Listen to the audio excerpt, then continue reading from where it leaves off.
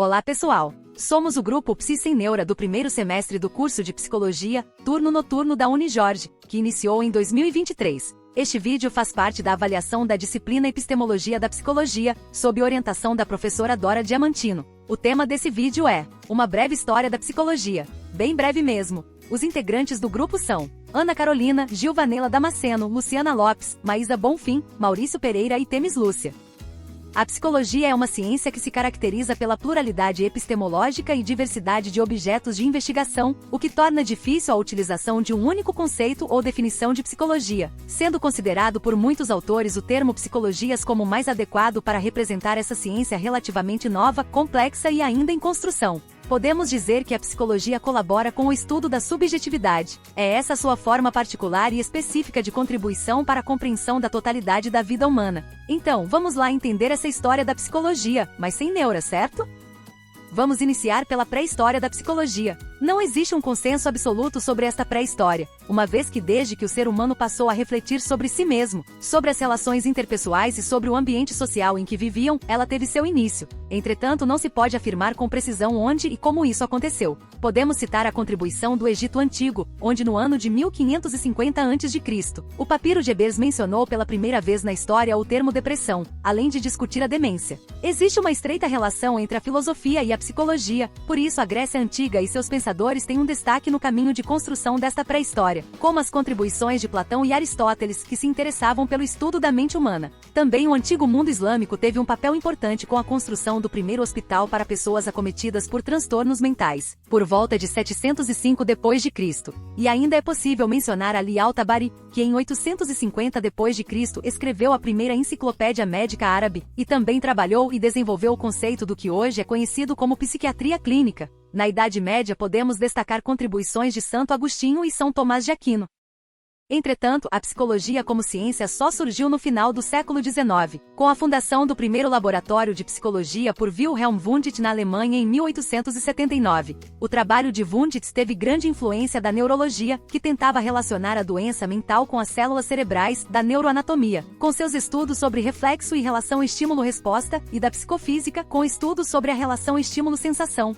Wundt defendia que a psicologia deveria ser estudada por meio da introspecção, criando assim um método chamado introspeccionismo, ou seja, o sujeito se auto-observa e narra os caminhos percorridos em seu interior por estimulação sensorial. Embora a psicologia científica tenha nascido na Alemanha, é nos Estados Unidos que ela encontra campo para um rápido crescimento, resultado do grande avanço econômico que colocou este país na vanguarda do sistema capitalista. É nos Estados Unidos onde surgem as primeiras abordagens ou escolas, originando várias correntes como o funcionalismo, de William James, o estruturalismo, de Edward Titchener, e o associacionismo, de Edward Tordick. Este último origina-se da concepção de que a aprendizagem se dá por um processo de associação de ideias, das mais simples às mais complexas. Posteriormente, outros teóricos e abordagens importantes surgiram ao longo do tempo. O behaviorismo, liderado por John Watson e Bruce Skinner, enfatizava o estudo do comportamento observável e mensurável. Uma das principais áreas que tem aplicado os conceitos do behaviorismo é a educação, porém outras áreas também têm recebido contribuição das técnicas e conceitos desenvolvidos pela análise do comportamento, como recursos humanos em empresas e em clínicas, no trabalho educativo de crianças com necessidades especiais, na publicidade, no esporte e outras. Uma outra abordagem é a psicanálise, uma das mais populares da psicologia e criada por Sigmund Freud. Explorava o inconsciente e o papel dos impulsos e desejos reprimidos na formação da personalidade. Freud, baseado nas observações clínicas, constrói inicialmente o modelo topográfico da psique primeira tópica, que pressupõe a existência do consciente, pré-consciente e inconsciente. Posteriormente ele amplia seu modelo da psique conhecido como segunda tópica, e considera também a existência de instâncias psíquicas chamadas de id, ego e superego. A principal técnica utilizada na psicanálise é a associação livre.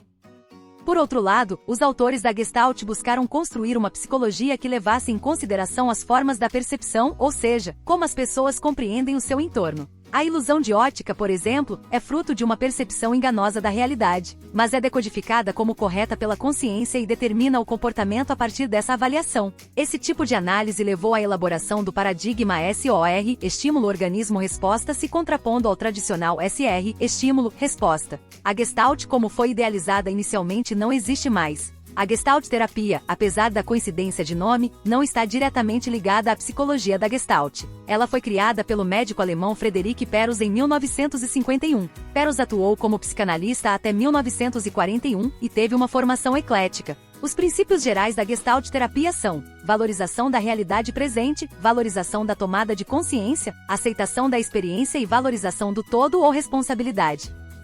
O psicodrama é uma corrente criada no início do século XX por Jacob Levi Moreno, que nasceu na Bulgária e se mudou aos 5 anos para Viena. Durante sua formação em medicina, seu interesse pelo teatro se manteve e ele buscou coadunar sua profissão e o teatro do ponto de vista das relações humanas. O psicodrama é uma técnica terapêutica que enfatiza a espontaneidade, a teoria do papel, o trabalho em grupo, a ação e a catarse. Ele oferece uma maneira segura e criativa de explorar problemas emocionais e psicológicos, permitindo que as pessoas experimentem diferentes situações e emoções em um ambiente controlado. Posteriormente, a abordagem humanista de Carl Rogers e Abraham Maslow colocava o foco na experiência subjetiva e no desenvolvimento pessoal do indivíduo. E o cognitivismo, liderado por Jean Piaget e Ulrich Neisser, examinava os processos mentais, como a percepção, a atenção e a memória. A psicologia histórico-cultural, ou psicologia soviética, foi uma escola de pensamento que se desenvolveu na União Soviética entre as décadas de 1920 e 1950. Foi influenciada pela ideologia marxista e tinha como objetivo estudar a relação entre o indivíduo e a sociedade.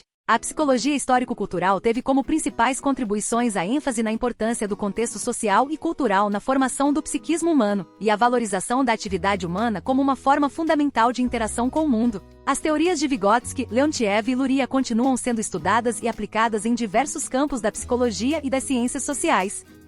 Atualmente, a psicologia continua a evoluir e a se adaptar às mudanças da sociedade. Uma das tendências mais recentes é a psicologia positiva, que se concentra em estudar os aspectos positivos da vida, como a felicidade, a gratidão e o propósito. A neuropsicologia é outra tendência em ascensão, que busca compreender como o cérebro funciona e como ele influencia o comportamento humano. A psicologia sócio-histórica representa uma alternativa produzida no Brasil a partir da psicologia histórico-cultural de Vygotsky, sendo o sujeito compreendido como aquele que se constitui na relação dialética com o social e a história. Essa abordagem busca por produzir conhecimento sobre a realidade e o sujeito. O que é?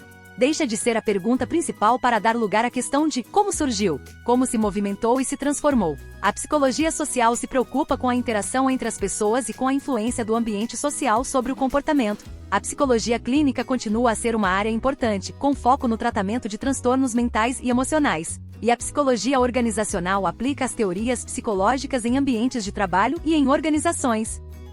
Agora vamos falar um pouco sobre as novas abordagens contemporâneas da psicologia. Neste contexto podemos destacar a psicologia preta, que é uma corrente contemporânea que se destaca por dar voz à população negra e por considerar a questão racial em suas reflexões e práticas. O psiquiatra e filósofo martinicano, Frantz Fanon, é um dos nomes mais importantes da psicologia preta, ao abordar temas como colonialismo, racismo e a luta por identidade e liberdade. A psiquiatra e psicanalista brasileira Neuza Santos Souza também é referência na área, ao enfatizar a importância do reconhecimento da cultura afro-brasileira e dos desafios enfrentados pelos afrodescendentes. A socióloga Maria Aparecida Bento e a psicóloga Ira Icarone são outras importantes referências da psicologia preta, por suas contribuições para a discussão sobre preconceito, discriminação e racismo. A psicologia decolonial é outra corrente contemporânea que busca romper com o eurocentrismo e o colonialismo presentes na psicologia tradicional. O sociólogo porto-riquenho Ramon Grosfoguel e o sociólogo peruano Aníbal Quijano são referências da psicologia decolonial, ao enfatizarem a importância de entender o colonialismo como uma estrutura global que afeta as relações de poder, a subjetividade e a identidade das pessoas. A psicóloga chilena Maria José Contreras também é uma importante representante da psicologia decolonial, ao defender a necessidade de uma psicologia que considere a diversidade cultural e a luta por justiça social.